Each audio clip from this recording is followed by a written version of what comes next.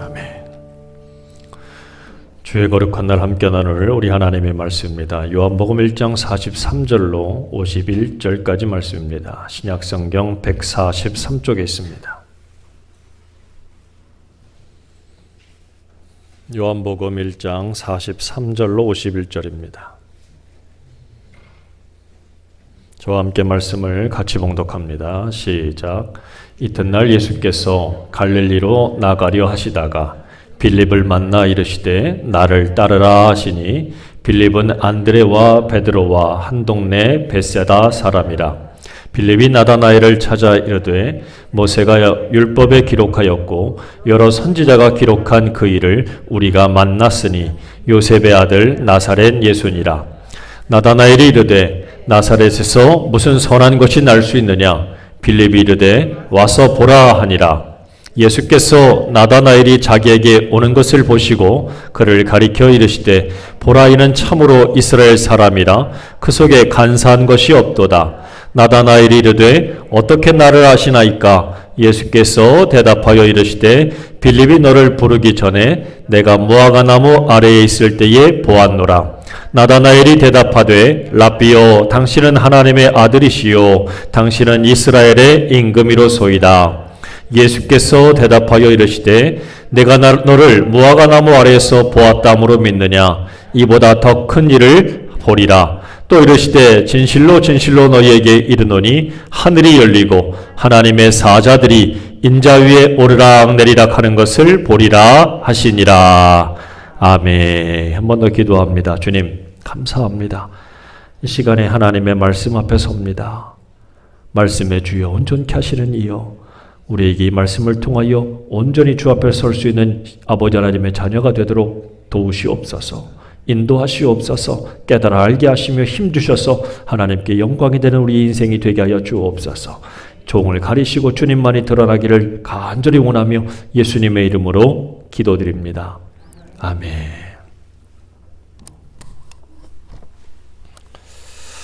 할렐루야. 같이 해볼까요? 당신은 인생의 답을 가졌습니까? 인생의 답을 가졌습니까? 시험 시간이 되면 두 가지 표정이 보여요. 그 첫째 표정은 뭐냐면 답을 모르겠어요. 그치요? 답을 모르면 표정이 어때요? 심각해집니다. 막 미간이 찌푸려지고 막 고개를 흔들고 막 그래요. 왜? 답을 몰라서 찾고 싶어서. 이 답이 뭐더라 막 가우뚱가우뚱거리지요. 근데 또 하나의 표정이 있지요. 답을 알 때의 표정이에요.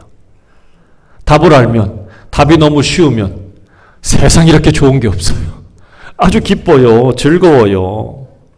그렇지요? 자, 그런데 코로나 시대를 살고 있어요. 이 시대의 해법이 뭡니까? 몰라요. 몰라요. 그렇죠? 지금 바이러스 문제가 터졌는데 지금 이 9월, 10월이 다 돼서 둘째 주가 되고 막 이랬는데도 아직도 모르겠어요. 그렇죠? 참 답답하고 모두가 힘들어하고 있어요. 마스크 쓰고 있고 마스크 때문에 힘들고 여기 피부 막 문제 생기고 막 그렇지요. 아직도 답을 잘 몰라요. 근데 만일에 이걸 답을 안다면 얼마나 신나겠어요. 얼마나 즐겁겠어요. 그렇지요. 까짓 거 바이러스 근데 여러분, 지금은 답을 몰라 정말 답답하지만 반드시 언젠가는 이 코로나 바이러스에 대한 답도 아주 시원하게 아는 날이 분명히 올 줄로 믿습니다. 그런 날이 반드시 올 거예요. 그때까지 잘 견뎌서 여러분 모두 승리하시기를 주의 이름으로 축원합니다. 그런데 문제는 이 시험 문제를 풀기도 전에 모른다고 포기하고 실망하는 분들이 있다는 거예요. 답답해, 힘들어 죽겠어요, 포기하고 싶어요, 안 하고 싶어요, 좀 속된 말로 때려치고 싶어, 막 이래요. 실제로 그렇게 말하는 분들도 많고 그런 분들을 만났고 그런 소리도 많이 들어요. 그런데 안 믿는 사람들에게 들리면 그런가 보다 하는데 제가 만나는 믿음의 사람들 역시도 그런 말들을 많이 하고 있다는 거예요. 다시 말하면 답들을 다 몰라서 그렇지요. 여러분, 우리는 정말 이 코로나 바이러스에 대한 답은 잘 몰라요. 이걸 어떻게 해야 될지 우리가 무슨 수로 알겠습니까? 그래서 아직 마스크 쓰고 있고 손 씻고 하라는 대로 따르는 수밖에 없어요.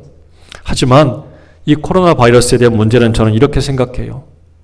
인생 전체에 대한 문제가 아니라 우리 인생 전체 중에 그저 한 가지 문제에 불과하다라는 사실입니다.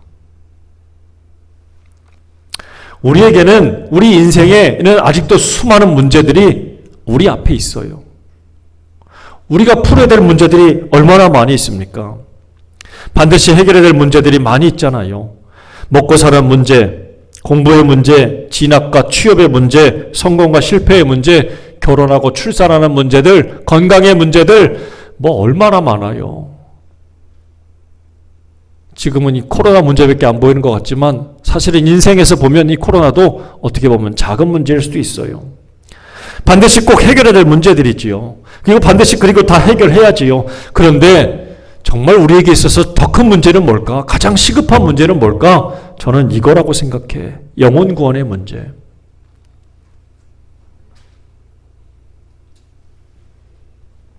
지금 많은 분들이 눈에 보이지도 않고 당장 시급하지도 않다라고 생각하는 게 바로 이 영혼 구원의 문제예요.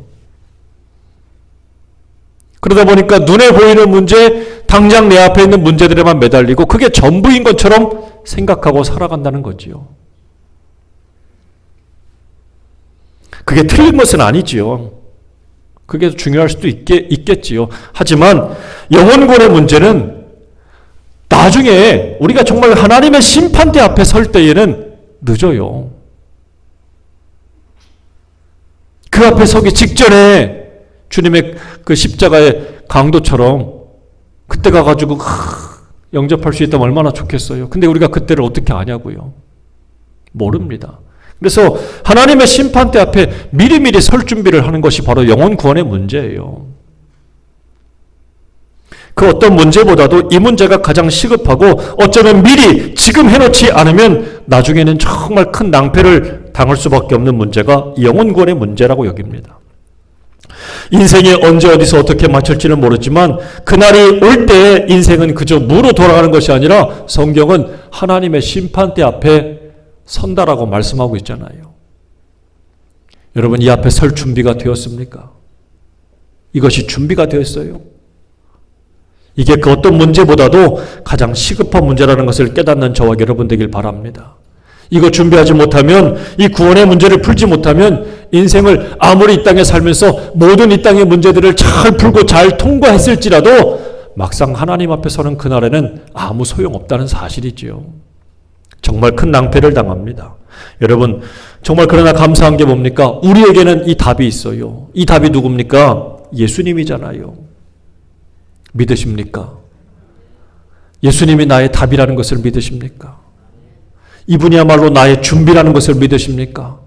같이 읽어볼까? 예수님은 나의 답이요 나의 준비입니다. 시작. 그렇게 믿으십니까? 참 감사하잖아요. 우리는 하나님 앞에 설 준비가 안 돼 있어요. 할 수가 없어요. 왜? 이 죄가 하나님과 우리 사이를 가로막았거든요. 그러나 이 문제를 해결하신 분이 예수님이에요. 그 원수의 담벼락을 완전히 무너뜨리고 하나님과 우리 사이의 그 원수지간을 모든 것을 다 사라지게 하셔서 하나님과 우리를 자녀의 관계, 친구의 관계로 만들어버린 것이 바로 예수님이에요. 예수님만이 우리의 진짜 답이라고요. 답. 할렐루야. 여러분 우리는 이 답을 가지고 있어요. 이 답을 준비하고 살아야 돼요. 그러면 인생에 어떤 문제가 온다 할지라도 그 답을 가진 사람은 흔들리지 않지요. 고개를 갸웃갸웃할 일이 없지요.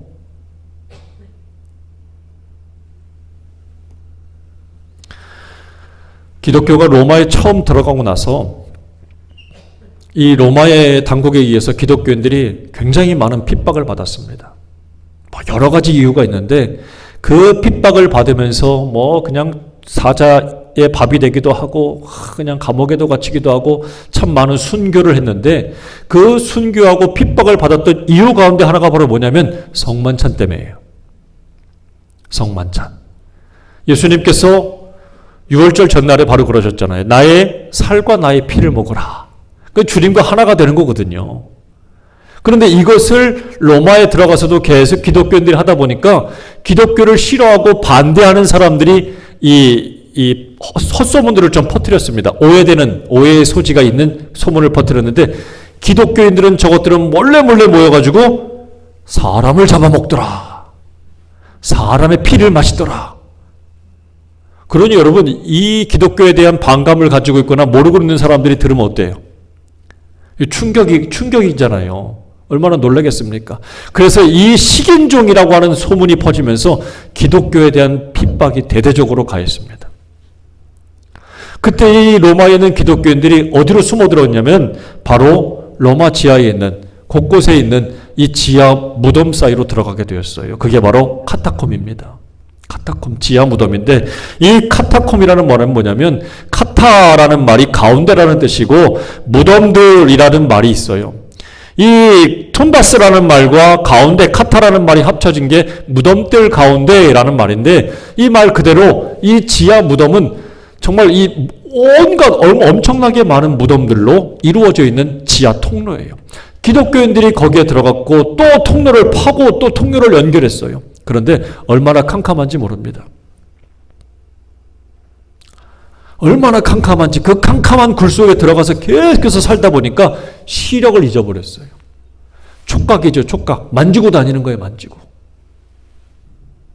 이 무덤에 있다가 바깥으로 나올 때는 이미 시력들을 상실한 사람들이 굉장히 많았다고 합니다. 그리고 한 10평 되는 공간만 있으면 대략 한 400여 명의 기독교인들이 모여가지고 거기서 예배를 드렸다는 거예요. 지하 무덤에서. 그런데 그 당시 로마에 전염병이 돌았습니다. 전염병이 돌면서 이 지하 무덤에 사는 기독교인들 가운데도 한 3분의 1가량이 죽었다고 그래요. 병에 걸려서. 그런데 땅 위에 있는, 지상에 있는 그 로마 사람들 역시도 수많은 전염병에 걸렸던 겁니다. 그러니까 이 전염병에 걸리고 약도 없으니까 길거리에 시체들로 막 가득 차 있는 거예요. 시체들이 널브러져 있습니다. 그런데 어느 누구 하나 나서가지고 그 시체를 치울 생각을 못 하는 거예요. 왜? 만지면 죽으니까. 겁나잖아요. 그 시체는 계속 쌓여가요. 그런데 어느 날 놀라운 일이 벌어집니다. 다음 날 됐는데 길거리에 시체가 없어요.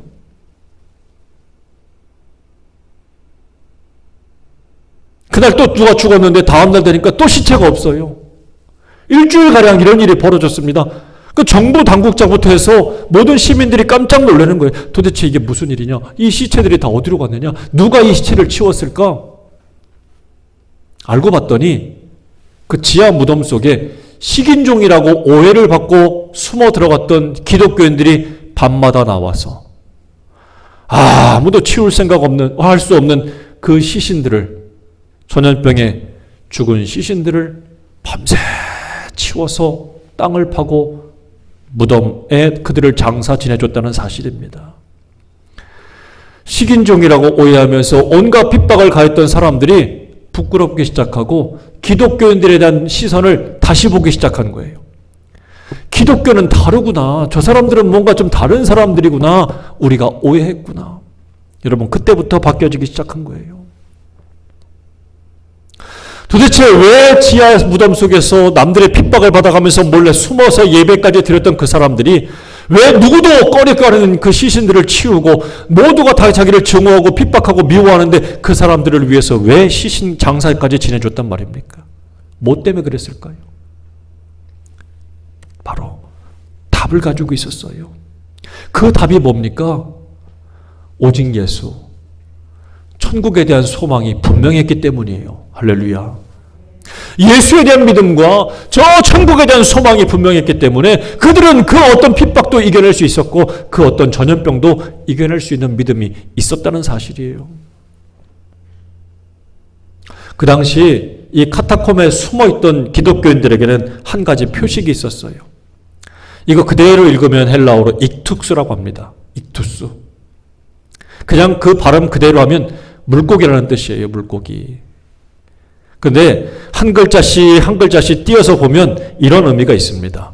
이 그리스어로 보면은 이에수스, 크리스토스, 테우, 휘오스, 소테르 또는 소테로스 이렇게도 이야기하는데 뭐 다 붙여서 말하면 예수 그리스도는 하나님의 아들이시고 우리의 구세주라는 뜻이에요. 그러니까 이 표시를 늘 이 무덤 속에 사는 사람들이 가지고 있었는데 한 사람이 이렇게 만나요. 근데 그 사람을 잘 몰라. 어떻게 그러냐? 물고기를 반만 그려. 나머지 사람이 그걸 보고 어떻게 아는 사람은 나머지 사람은 또 그 반을 또 그려요. 그래가지고 아 이게 맞으면 우리 편이구나 라고 알았던 거지요. 근데 모르는 사람이 어떻게 하겠어요? 이게 왜 물고기는 왜 그리나? 그러면은 이게 우리 편이 아닌 거예요. 그래서 이거 인식하기 위해서 나머지 사람들을 보호하기 위해서 이런 암호들을 그리고 있었다는 사실이에요. 이 암호의 뜻이 뭡니까? 하나님의 아들이신 예수 그리스도는 우리의 구세주라는 거예요.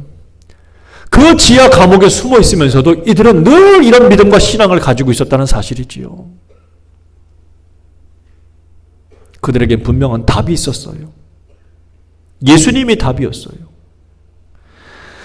중세 유럽의 14세기에 몽골군이 막 유럽에 쳐들어가면서 막 그 성 안에 있는 유럽의 군사들하고 몽골의 군대가 막 전쟁을 벌입니다. 근데 이 몽골 군대가 그들에게 뭘 하냐면 흑사병, 이 흑벽에 걸리면 이 피부 끝에서부터 온몸이 막 시커멓게 다 썩어서 죽는 병이에요. 너무 참혹하지요. 근데 그 시신을 둘둘둘 말아가지고 돌 대신에 그 시체를 그 성 안으로 막 집어 던졌습니다. 그 사람들이 모르니까 그 시신을 막 만질 거 아니에요. 만진 사람은 어떻게 될까요? 감염되는 거예요. 그 사람들이 성 안에 있던 사람들이 깜짝 놀라가지고 막 전쟁이고 뭐고 안에 흩어져 도망가요. 그때부터 비극이 시작된 거예요. 유럽 전역에 흑사병이 퍼집니다. 유럽 인구의 절반 이상이 죽을 정도로 굉장히 아주 참혹하고 끔찍한 질병이었어요. 근데 이게 한 200년 가량이 흘렀는데도 여전히 해결이 안 됐습니다. 또다시 흑사병이 유럽에 퍼지기 시작한 거예요. 굉장히 겁나지요. 근데 이 당시가 16세기인데 여러분들이 잘 아는 대로 우리가 11월 달이 되면 이 10월 마지막 주가 되면 종교개혁주의를 지키잖아요. 종교개혁주의를 지킬 때에 우리가 잘 아는 사람이 마틴 루터거든요. 종교개혁가. 근데 이 종교개혁가가 있는 곳이 독일인데 유럽에 퍼진 그 흑사병이 또다시 그 독일까지 그리고 마침내 루터가 살고 있는 비텐베르그라고 하는 그 곳까지 이 전염병이 오기 시작한 거예요. 모두가 두려워 떨 수밖에 없습니다. 그 사람들이 물어보는 거예요. 루터에게 가서 묻습니다. 어떻게 하면 좋겠습니까? 속내는 도망가자는 얘기겠지. 피하라는 얘기겠지요. 근데 루터가 이렇게 얘기해요. 여러분, 섬기는 일을 맡은 사람들은 죽음의 위협 앞에서도 자리를 지켜야 합니다. 그게 지라는 얘기, 자기라는 얘기지요. 목사는 못 떠나겠다 이거예요. 병들어 죽어가는 사람들에게는 힘과 위로가 되어주고 죽기 전에 성찬을 베풀어줄 선한 목자가 필요합니다. 그래서 난 떠나겠다는 얘기예요? 안 떠나겠다는 얘기예요? 안 떠나겠다. 안 떠나겠다. 그리고 또 이렇게 얘기합니다. 사람과 장소를 피하십시오. 나는 내가 꼭 가야 할 장소나 만나야 할 사람이 아니라면 피하여 나와 이웃의 감염을 예방할 것입니다. 혹시 나의 무지와 태만으로 이웃이 죽임을 당하게 해서는 안 되기 때문입니다. 루터는 이런 답변을 해주었습니다. 이게 루터의 답이었어요. 그렇다면 이 코로나 시대를 살고 있는 저나 여러분은 어떤 답을 해주겠습니까? 믿지 않는 사람들을 향해서 아니면 두려워 떨고 있는 여러분의 가족들을 위해서 여러분의 친지나 이웃들을 향해서 여러분들은 어떤 답을 하시겠습니까? 어떤 답을 가지고 있습니까? 무서워. 못 살겠어. 아, 나도 힘들어. 아, 답답해 죽겠어. 미치겠어. 막. 여러분들도 그렇게 얘기하지 않아요?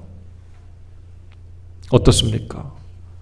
어떤 사람들은 이 코로나 시대에도 역시 야 주식해야 돼. 주식이 답이야. 2030 젊은 사람들일수록 요즘에 주식에 엄청나게 그냥 막 투자를 한다고 하잖아요. 부동산이 답이지. 아파트 분양권 빨리 받아야 돼. 이게 답이래요. 틀렸다고는 볼 수 없지요. 이게 있어야 살지요. 이게 있어야 살아요. 그런데 왜 예수를 믿는 우리 역시 똑같이 대답해? 그게 답이래. 그러면 예수 믿는 사람이나 안 믿는 사람이나 무슨 차이가 있습니까? 뭐가 다르냔 말이에요. 여러분 정말 우리의 답은 무엇입니까? 이 코로나 시대에도 여러분의 어떤 답을 해주겠습니까?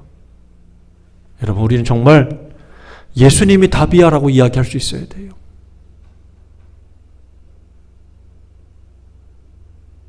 오늘날 교회에서 정말 이렇게 얘기합니까?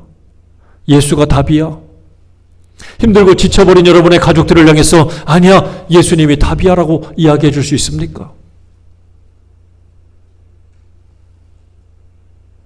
이렇게 싸움이 심하고 갈등이 심각해진 이 시대를 향해서도 여러분이 정말 예수가 답이라고 이야기해 줄 수 있느냐 이 말입니다. 예수가 답입니다, 여러분. 우리는 이 답을 분명히 마음에 새기고 이 답을 이야기해 줄 수 있는 사람들이 되어야 된다는 사실이에요. 오늘 본문은 이 답을 가지고 있는 사람에 대해서 소개해 주고 있습니다. 오늘 등장인물을 보면 나다나엘이라는 사람이 나오고 가운데 빌립이라는 사람이 나오고 예수님이 나옵니다. 근데 이 사람을 보면, 특별히 이 나다나엘이라고 하는 사람을 보면 요한복음 21장 2절에 보게 되면 이 사람도 역시 갈릴리 가나 출신입니다. 시몬 베드로와 디두모로 하는 도마와 갈릴리 가나 사람 나다나엘과 라고 소개하고 있지요. 그러니까 이 사람도 역시 갈릴리 출신이고 빌립도 역시 갈릴리 출신이에요. 근데 이 갈릴리에 대해서 마태복음 4장 15절에 보면 이렇게 돼요. 스불론 땅과 납달리 땅과 요단강 저편 해변길과 이방이 뭐라고요? 갈릴리요. 그러니까 갈릴리는 이스라엘 땅인데 이스라엘 땅임에도 불구하고 이 당시에는 어떤 취급을 했습니까?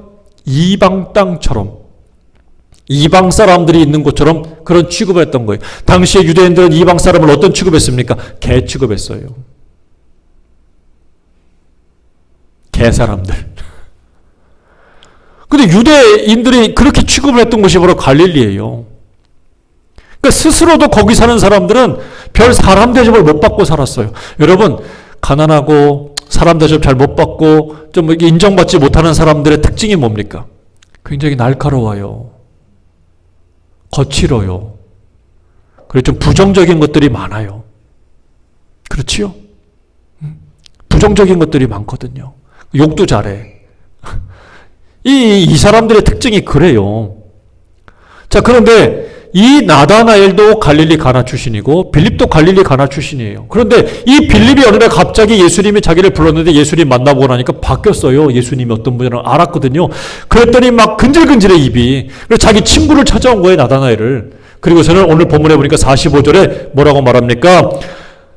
빌립이 나다나엘을 찾아 이르되 모세가 율법에 기록하였고 여러 선지자가 기록한 그 일을 우리가 만났으니 누구라고요? 요셉의 아들 나사렛 예수니라.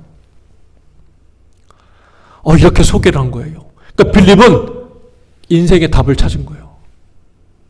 예수님 만났더니 마음에 모든 것들이 확 씻겨지고 그동안 그 율법 세계에서 그냥 계속해서 이야기했던 것들이 바로 이분 예수님이라는 것을 안 거예요. 깨달은 거예요. 얼마나 신나는지 몰라요. 답을 찾았어요. 얼마나 좋겠어요. 답을 쓰는 거예요, 이제. 자, 그래서 이 답을 가지고 자기의 친구인 나다나엘을 찾아와서 이야기합니다. 그랬더니 나다나엘은 뭐라고 그랬어요? 46절에 뭐라 합니까? 나다나엘이 이르되 나사렛에서 무슨 선한 것이 날 수 있느냐? 야, 이놈아, 너나 나나 살고 있는 곳이 뭐예요? 이방 땅, 개 취급받는데 이런 개 취급받는 동네에서 무슨 선한 것이 날 수 있겠어? 여러분, 이게 좀 나다나엘의 시선이 어때요? 속에 담고 있는 거 겉으로 그럴싸하게 포장 못해. 자기 친구인데도 그냥 막 거침없이 쏴붙여요. 그렇지요? 어떻게 보면 좋게 얘기하면 솔직한 거고 좀 그렇게 얘기하면 뭐예요? 아주 부정적인 시선을 가지고 있는 사람이 나다나엘이에요. 이렇게 이 갈릴리 지역에 사는 사람들이 좀 거칠어요. 막 기도하면서도 그런 모습이 있지요. 나사렛에서 무슨 선한 것이 날 수 있겠니? 이런 하찮은 동네에서. 그런데 빌립이 어떻게 합니까? 맞아요. 당신 말이 맞아. 여기는 그렇게 하찮은 동네고 굉장히 거칠고 누구도 알아주지 않는 개 취급받는 동네인 거 맞아. 나도 그런 동네에 살았잖아. 너나 나나 똑같잖아. 하지만 이 땅은 로마가 지배하고 로마가 착취하고 탐관오리가 가득하고 세금의 등골이 휘어질 것 같은 그런 곳이지만 바로 이곳에 누가 왔다고? 예수님께서 오셨다고. 그분이 답이야. 난 그걸 알았어. 그러니 잔말하지 마, 두말하지 마. 왜 그냥 길게 뭐 주구장창 설명하지 않을게. 와서 봐봐.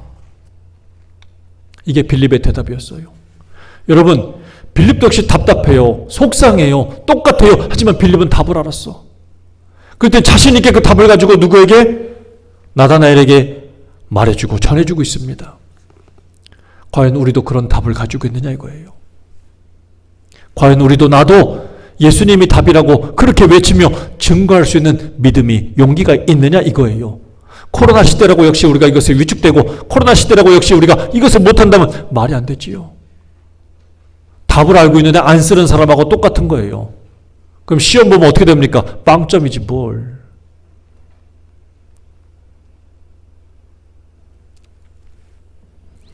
와서 보라.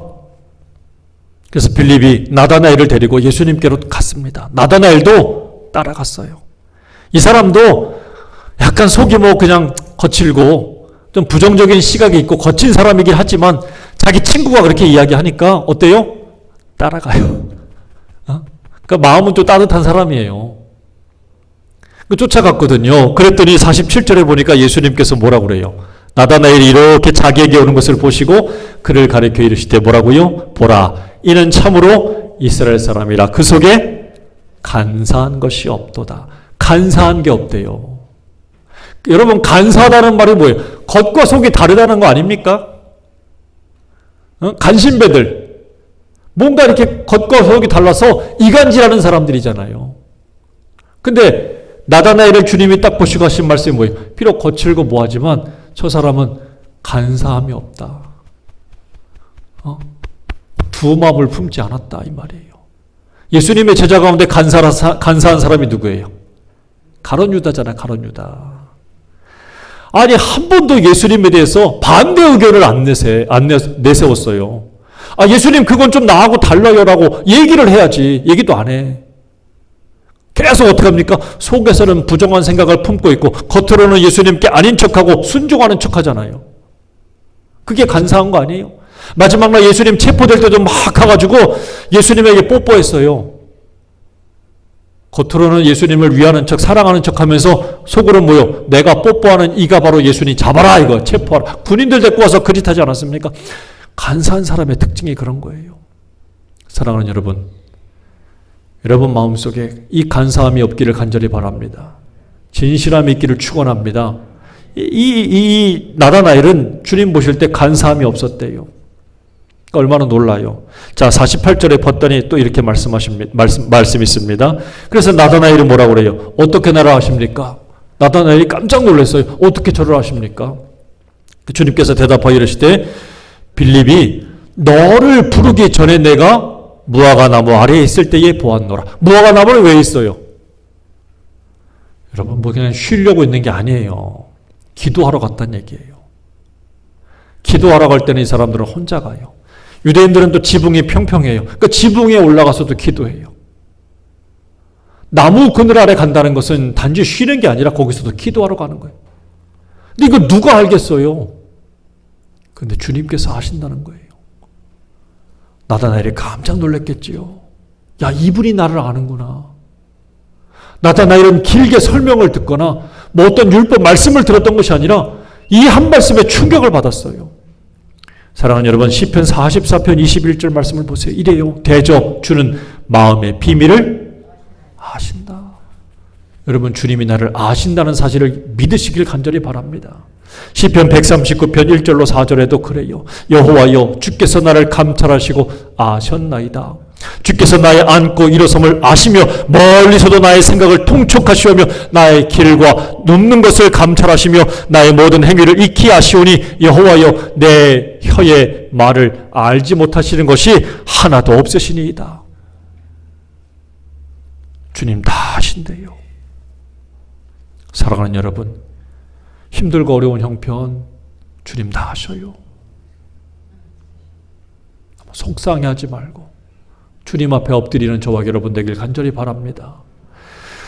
그랬더니 나다나엘이 한 말씀에 자기를 다 안다는 이 말에 너무 깜짝 놀래요. 여기서 나다나엘이 허물어졌어요.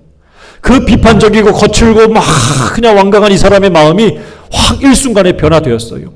그래서 뭐라고 이야기합니까?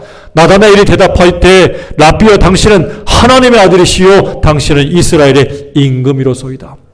바뀌기도 잘 바뀌어. 어떻게 순식간에 이러는지. 이 코로나 나기 전에 12제자에 대해서 여러분께 이야기하면서 나다나엘을 소개한 적이 있어요. 여러분들이 이 그림을 보시면 좀 이해가 될 텐데 이 복상을 보면은 굉장히 좀 징그럽지요. 이 보면은 굉장히 근육질의 남자 같지만 사실은 피부를 다 벗겨낸 거죠. 알메니아까지 가서 복음을 전하다가 거기에서 예수님을 증거하고 잡히다가 거기에서부터 그 사람들에게 온몸에 있는 피부를 다 벗김을 당해서 그 자리에서 순교했습니다. 나다나엘은 지금 이렇게 예수님을 만나서 그 먼 나라까지 가서 예수님을 증거하다가 순교할 만큼 변화되었어요. 성경에 보면 나다나엘에 대한 이야기가 그렇게 많지 않지만 이 사람은 예수님을 만나서 이렇게 바뀌고 이렇게 변화된 사람이 되었다는 사실이지요. 한마디로 말하면 뭘까? 답을 몰랐던 나다나엘이, 왜 사는지 몰랐던 나다나엘이, 뭘 해야 될지 몰랐던 나다나엘이 예수님을 만났어요. 그리고 나서는 인생의 답을 깨달았어요. 내가 누구를 위해 살아야 되는지, 무엇을 해야 되는지, 어떻게 살아야 되고 무슨 생각을 품어야 되는지 예수님을 통해서 알았습니다. 그래서 이렇게까지 순교의 자리까지 갈 수 있는 사람으로 변화되었다는 사실이지요. 여러분, 그렇게 할 수 있었던 그것은 바로 누굽니까? 와서 보라고 답을 가지고 있었던 빌립 때문이었습니다. 빌립 때문이었어요. 와서 보라고 이야기할 수 있는. 여러분, 이 시대는 이 답을 가진 사람들이 있어야 되고 이 답을 알려주는 사람들이 필요합니다. 여러분들 정말 답을 가졌습니까? 여러분, 우리 하나님을 만나면 하나님은 변화시키는 능력이 있는 분이에요. 우리 하나님은 변화의 능력을 가진 전능하신 하나님이에요.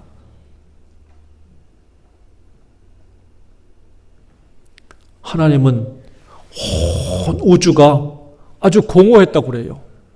혼돈에 휩싸였고 무질서했던 그곳을 말씀 한마디로 모든 우주를 만드시고 그것에 질서를 부여하신 분이 우리 하나님이요. 흙덩이에 불과한 그 흙덩이가 무슨 힘이 있겠어? 단단한 것 같아도 흙덩이에 물 집어넣어봐 다 뭉개지고 흐물어지잖아요. 그 흙덩이에 불과한 것을 가지고 강한 남자를 만드신 분이 우리 하나님이시고 그 딱딱한 뼈를 가지고 뭘 만들었어요? 하와를 만들었어요. 여자를 만들었어요. 강함 속에서 부드러움을 찾아내시는 분이 우리 하나님이요. 우상 숭배 그런 것밖에 할 수 없었던 집안에 있는 아브라함을 불러다가 믿음의 조상으로 만드신 분이 우리 하나님이시고 살인자요 강도에 불과했던 모세를 불러서 하나님이 이스라엘 민족을 해방시키는 도구로 만드신 분이 우리 하나님이라는 사실입니다. 양치기에 불과했었는데 목동에 불과했던 다윗을 데려다가 이스라엘의 임금으로 만드신 분이 우리 하나님 아십니까? 갈릴리 촌동네 무지랭이 어부들을 불러다가 사도로 변화시키신 분이 우리 하나님이란 말이에요. 우리 하나님은 변화의 능력이 있으신 분이에요. 그분을 답으로 알고 그분을 붙잡으면 인생이 변화된다는 사실입니다. 근데 이 시대가 뭡니까? 코로나에 막혀서 하나님 붙잡고 하나님 찾고 하나님 만나기를 거부하는 시대가 되었어요. 안 변하고 싶답니다. 이사야 61장 1절로 3절에 이렇게 말씀합니다. 주 여호와의 영이 내게 내리셨으니 이는 여호와께서 내게 기름을 부으사 가난한 자에게 아름다운 소식을 전하게 하려 하심이라. 나를 보내사 마음이 상한 자를 고치며 포로된 자에게 자유를 갇힌 자에게 노임을 선포하며 여호와의 은혜의 해와 우리 하나님의 보복의 날을 선포하여 모든 슬픈 자를 위로하되 무릇 시온에서 슬퍼하는 자에게 화관을 주어 그 죄를 대신하며 기쁨의 기름으로 그 슬픔을 대신하며 찬송의 옷으로 그 근심을 대신하시고 그들이 의의 나무 곧 여호와께서 심으신 그 영광을 나타낼 자라 일컬음을 받게 하려 하심이라. 우리 하나님은 이렇게 바꾸길 원하시는 분이에요. 슬픔을 대신하여 찬송의 옷으로 바꾸시길 원하시는 분이에요. 그런데 왜 안 바뀔까? 왜 세상이 점점 더 교회를 싫어하고 믿음의 사람들을 더 핍박하는 걸까? 여러분, 우리가 그 답을 알면서도 모른 척하거나 답을 들고도 안 쓰는 거야. 아니면 아예 답을 모르던가. 정말 예수님이 우리의 답입니까? 우리는 그 답을 말해줄 수 있습니까? 나만 알고 있어야지. 아니요. 빌립은 어떻게 했습니까? 그 답을 알고 한 걸음에 달려가서 목소리에 힘을 내고 눈빛이 쩌렁쩌렁하고 아주 그냥 피롱처럼 빛나면서 나다나엘에게 가서 야, 내가 답을 알았다. 와서 봐! 라고 이야기했다는 사실이에요.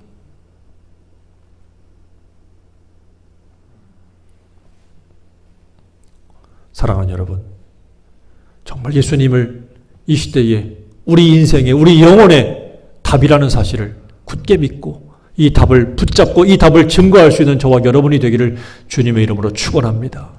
제가 오늘 본문 말씀을 한 가지만 더 보면 이래요. 예수님께서 나다나엘이 자기에게 오신 것을 보시고 이야기하신 다음에 나다나엘이 믿고 고백했지요. 그리고서 뭐라고 얘기하십니까? 예수께서 대답하여 이르시되 내가 너를 무화과나무 아래에서 보았다므로 믿느냐? 그러면서 뭐라요? 이보다 더 큰 일을 보리라. 같이 합니다. 이보다 더 큰 일을 보리라. 그리고 51절 시작. 또 이르시되 진실로 진실로 너희에게 이르노니 하늘이 열리고 하나님의 사자들이 인자 위에 오르락 내리락 하는 것을 보리라 하시니라. 아멘. 무슨 말입니까? 나다나엘아, 내가 너를 무화과나무 아래서 있다는 그거 하나 가지고도 나를 믿는다고 하니? 그러니까 주님이 좋으셨어요. 하지만 뭐랍니까? 이보다 더 큰 일을 볼 거야. 단지 여러분, 나다나엘이 눈이 비판적인 눈에서 정말 수긍하고 긍정적인 눈으로 바뀐 이게 이 정도가 아니라는 거예요.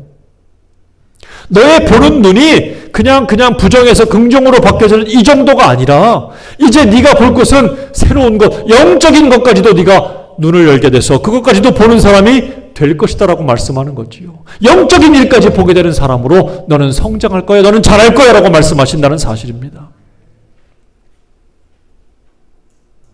나다나엘은 그 후에 어떻게 됐을까요?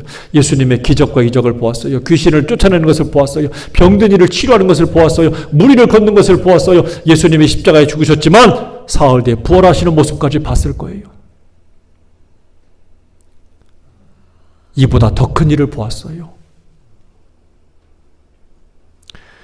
에베소서 4장 15절 말씀이 이렇습니다. 오직 사랑 안에서 참된 것을 하여 범사에 그에게까지 잘할지라. 그는 머리니 그리스도라. 예수님까지 자라래요. 여러분, 모든 생명은 다 자라고 성장해야 돼요. 우리 믿음도 자라나고 성장해야 돼요. 근데 자라지 않고 성장하지 않는다면 얼마나 답답하겠어요. 누가? 부모가. 누가? 우리 하나님이. 애를 안 하는데 애가 자라지 않아. 1년이 돼도 그냥 그 모습이에요.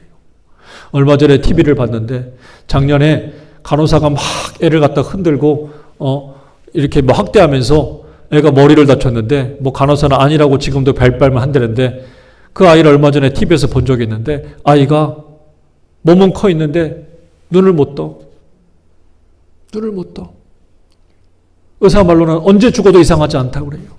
근데 엄마는요, 떠나보낼 수가 없는 거예요. 계속 닦여주고 이야기해주고 머리 묶어주고 막. 얼마나 속상하겠어요. 얼마나 슬프겠어요. 사람이 자라지 않으면, 성장하지 않으면 그런 거예요. 힘든 거예요. 하나님도 우리가 이렇게 자라기를 원합니다. 디모데전서 4장 15절에 이 모든 일에 전심전력하여 너의 진보를 모든 사람에게 나타내라. 네가 성장하고 있다는 거, 네가 바뀌었다는 거, 네가 변화됐다는 거, 네가 자랐다는 것을 모든 사람들에게 보여라. 나타내게 하라. 이 말입니다. 사랑하는 여러분, 여러분의 믿음이 어제보다 오늘보다 더 내일 성장하고 자라고 변화되는 사람이 되시기를 주의 이름으로 축원합니다. 할렐루야. 아우, 저 사람 작년에는 믿음 생활 잘하더니만 올해는 왜 저런지 몰라. 그게 뭐요? 젊었을 때는 예수 참 믿었는데 나이 먹어서는 그냥 흐지부지 별것도 아니, 교회도 안 가. 그게 뭐예요? 잘하는 거예요? 아니지요. 내 생명의 숨이 다하는 날까지 주님 앞에 더 가까이 가서 주님을 기쁘시게 할 수 있는 믿음의 사람들이 되시기를 주 이름으로 축원합니다. 어제보다 오늘 더, 오늘보다 내일 더 주님을 기쁘게 하는 믿음의 사람이 되기를 간절히 바랍니다. 그러므로 우리는 이렇게 대답해야 돼요. 당신은 인생의 답을 가졌습니까? 답을 알아야지. 예수가 정말 인생의 답일까? 이 답은 머리로만 아는 답이 아니요. 무릎으로 알아야 돼요. 기도로 알고, 찬송으로 알고, 예배로 알고, 주님 앞에 마음을 다해서 알아봐야 돼요. 가슴으로 알아야 돼요. 예수가 내 가슴에 답이 오면, 답이라는 것이 알려지면 이 빌립처럼 뛰어갈 수밖에 없습니다. 요한복음 아까 우리가 교동문에 읽었던 것처럼 뭐라고 말씀합니까? 예수께서 이르시되 내가 곧 길이요 진리요 생명이니. 여러분, 이것보다 더 확실한 답이 어디 있어요?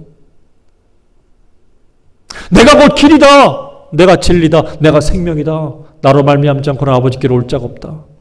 이것보다 더 분명한 답이 어딨냐 이거예요. 여러분, 이 답을 우리가 가졌어요. 우리도 빌립처럼 이 답을 증거할 수 있는 믿음의 인생이 되기를 간절히 바랍니다. 이 코로나 시대에도 여전히 우리가 멈추지 말아야 될 것이고요. 답을 가진 사람은 빌립처럼 뛰어갈 수밖에 없어요. 답을 가진 사람은 빌립처럼 알려줄 수밖에 없어요. 이게 답이래. 나다나엘은 그것을 알고요, 변했습니다. 바뀌었습니다. 처음에 이야기했던 것처럼 시험 시간이 왔는데 답을 모르면 고민해요.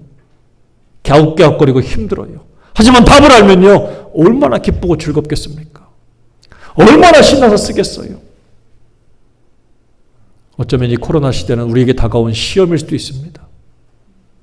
이 시험의 시대에 정말 우리는 예수가 나의 답이라고 쓸 수 있는지, 저와 여러분이 오늘 이 말씀을 통해서 깊이 깨닫고 정말 예수님이 나의 답 되고 그 답을 증거할 수 있는 저와 여러분 되고 변화되고 새로운 삶을 살아서 주님께로 성장하는 믿음의 인생이 되시기를 주의 이름으로 축원합니다.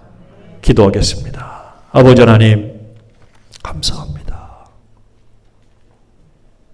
예수님이 나의 답이십니다. 내 인생의 답이고 이 모든 문제의 해법이고 답이라는 사실을 고백합니다. 그러므로 오늘도 이것을 믿고 빌리처럼 뛰어나가서 와서 보라! 증거할 수 있는 용기를 주시옵소서. 또한 나다나엘이 인생의 답을 찾았을 때에 순교하기까지 주님을 섬기고 따라갔던 것처럼 우리도 그런 인생이 되게 하여 주옵소서. 이 코로나 시대에 진정 우리의 답이 예수 그리스도라는 사실을 굳게 믿고 정말 예수님을 통하여 살아갈 수 있는 이 컴컴하고 무지한 세상에 예수님만이 답이라는 사실을 증거할 수 있는 우리가 되게 하여 주옵소서. 예수님의 이름으로 간절히 기도드립니다. 아멘.